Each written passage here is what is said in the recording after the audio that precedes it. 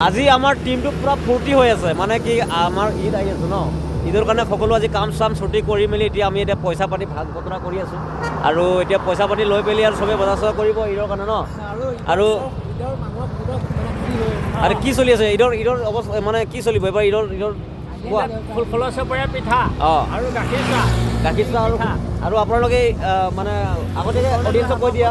যে ঈদ খাবলৈ আহিব এতিয়া ভাগ বতৰা কৰি মেলি পইচা পাতি ভাগ বতৰা কৰি মেলি আমি এতিয়া ঘৰলৈ যাম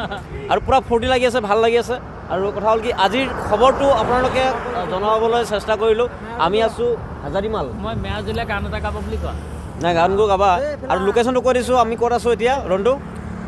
হাজাৰিমালত আছোঁ হাজাৰিমালৰ পৰিৱেশটো চাওক অকণমান আৰু এইটো মানে সন্ধিয়াৰ পৰিৱেশ আৰু এটা সৰুকৈ ৰিল বনাই আছোঁ আৰু আমাৰ এই কাম কৰি পেলাই ছুটি কৰি এই মমেণ্টটো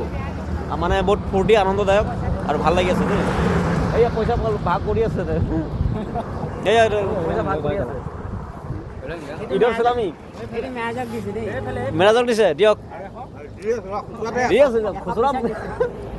তো বন্ধুসকল পইচা পাতি ভাগ কৰি আছোঁ আমি আৰু ভাল লাগিল great moment thank you so' much ভাল লাগিল আৰু ৰন্টুক লগত কিবা এটা মানে কৈ দিয়া লাষ্ট মমেণ্টত